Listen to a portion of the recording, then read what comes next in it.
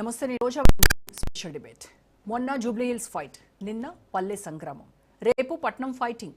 మరి ఎల్లుండి జరగబోయే ఎన్నికేది? ఎన్నికల కురుక్షేత్రంగా తెలంగాణ మారనుందా? నిత్యం ఏదో ఒక చోట ఓట్ల నగారా మోగనుందా అంటే అవునని అంటున్నారు విశ్లేషకులు. 2-3 నెలల వ్యవధిలో ఏదో ఒక చోట ఎన్నికల సంఖారావం తప్పలేదు. గ్రేటర్ ఎన్నికలకు ముందే హైదరాబాదీ పల్స్ పసిగట్టేందుకు సిద్ధమవుతోంది రేవంత్ సర్కార్. ఆ దిశగానే అడుగులు వేస్తోంది.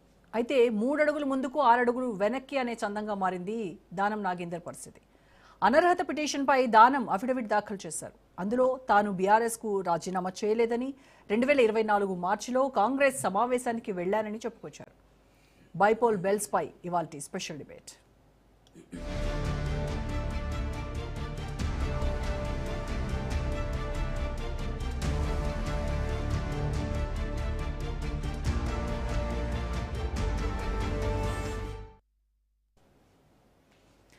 తాజాగా ఖైరతాబాద్ ఎమ్మెల్యే దానం నాగేందర్ అనర్హత పిటిషన్పై జనవరి 30న విచారణ జరగనుంది.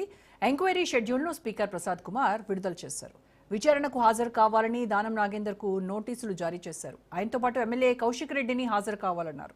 బీజేఎల్పీ నేత మహేశ్వర్ రెడ్డి దాఖలు చేసిన పిటిషన్ పైన అదే రోజు విచారణ జరగనుంది. పిటిషనర్ల తరపున సాక్ష్యాలు స్పీకర్ నమోదు చేయనున్నారు. దీంతో దానం రాజీనామాపై ఊహాగానాలు జోరందుకున్నాయి.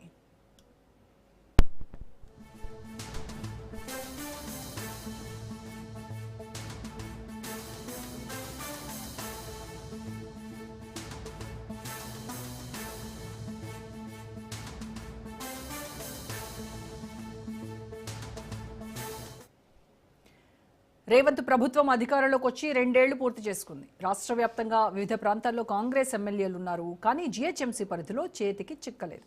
అసెంబ్లీ ఎన్నికల్లో ఒక్క అభ్యర్థి కూడా విజయం సాధించలేదు.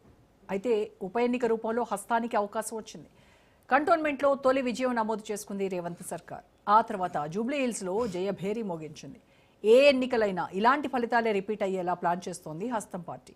అందుకు పార్టీ ఫిరాయింపుదారుల అంశాన్ని ఉపయోగించుకోవాలని వ్యూహరచన చేస్తోంది.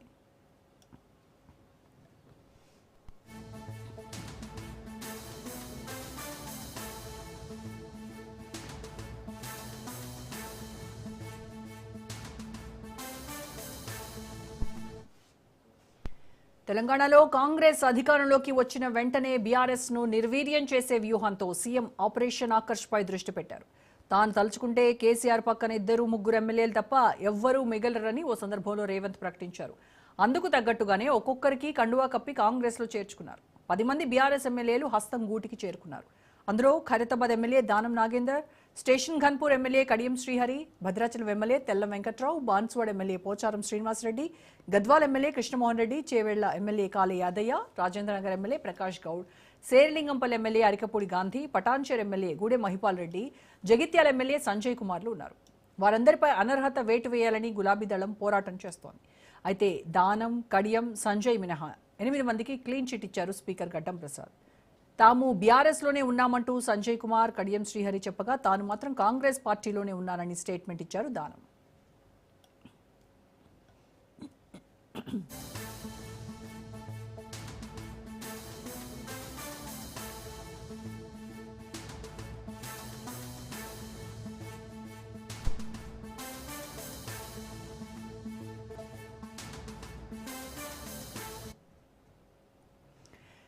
రేవంత్ రెడ్డిని నమ్ముకుని కారు నొదిలి కాంగ్రెస్లో చేరినందుకు జరిగిన లాభం కంటే ఇప్పుడు జరగబోయే నష్టాన్ని తలుచుకుని ఫిరాయింపు ఎమ్మెల్యేలు గొల్లుమంటున్నారు. పరిగెత్తి పాలు తాగడం కంటే నిదానంగా వెళ్లి నీళ్లు తాగడం మేలని పెద్దలు చెప్పిన సామెతను గుర్తు చేసుకుంటున్నారు.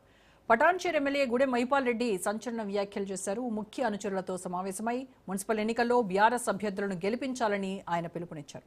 కాంగ్రెస్లో చేరి తప్పు చేశానన్న గూడె మహిపాల్ రెడ్డి వ్యాఖ్యలు దుమారం సృష్టించాయి. అడుగు తప్పుటట్టు వేయడం జరిగింది.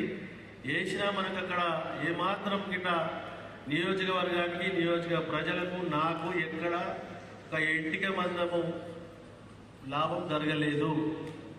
అన్ని కోడ్ ద్వారానే చూసుకుంటా ఉన్నాం. కాబట్టి అందుకే ఆలోచన చేసి ఈరోజు కన్న తల్లిదండ్రులను మరవకుండా 3 సార్లు నాకు టికెట్ ఇచ్చి మీ అందరి ఆశీర్వాదంతో బీఆర్ఎస్ పార్టీ మీద గెలిచినాం. కాబట్టి రేపు మనకందరూ మీరందరూ కష్టపడి చేసిర్రు, మున్సిపాలిటీలు చేసిర్రు, నియోజకవర్గ స్థాయిలో ప్రజలందరూ చేసిర్రు. ఇప్పుడు 5 మున్సిపాలిటీలలో 104 మంది కౌన్సిలర్లు ఉన్నారు. 5 మున్సిపాలిటీలలో 104 మంది కౌన్సిలర్లు. దానికి మనం అందరము ట్రేడ్ యూనియన్ పరంగా ఒక వింగు, ఇక్కడ పెద్ద మనుషుల పరంగా ఒక వింగు, కుల సంఘాల పరంగా ఒక వింగు, అన్ని రకాల కేటగిరీ వేస్లో విభజించి మనము 5 మున్సిపాలిటీలలో కొద్దిగా మనకున్న సత్సంబంధాలు, ఫ్రెండ్షిప్ అనుకో, చుట్టరికం అనుకో, బిజినెస్ అనుకో, ఇంకోటి అనుకో రకరకాల సంబంధాలు ఉంటాయి. మనకి 20 కిలోమీటర్ల రేడియేషన్ మన కాన్ఫరెన్స్ మొత్తం.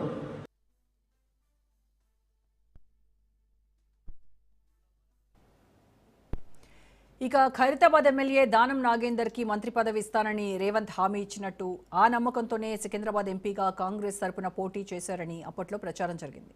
చివరికి ఆయన ఆశలు అడియాసలయ్యాయి. మంత్రి పదవి మాట దేవుడెరుగు. ఇప్పుడు సుప్రీంకోర్టు తీర్పుతో ఉన్న ఎమ్మెల్యే పదవి కూడా ఊడిపోతుందేమోనని సన్నిహితుల వద్ద దానం లబోదిబోమంటున్నారట. అందుకే రాజీనామాకే ఆయన మొగ్గు చూపుతున్నట్టుగా తెలుస్తోంది. మున్సిపల్ ఎన్నికలు ముగిసిన తర్వాత ఆయన రిజైన్ చేసే అవకాశాలు కనిపిస్తున్నాయి. దేనికైనా సిద్ధం అంటున్నారు దానం అనుచరులు. ఫిబ్రవరి చివరి వారంలోనే ఎమ్మెల్యే పదవికి దానం రాజీనామా చేస్తారు అన్న ప్రచారం జరుగుతోంది.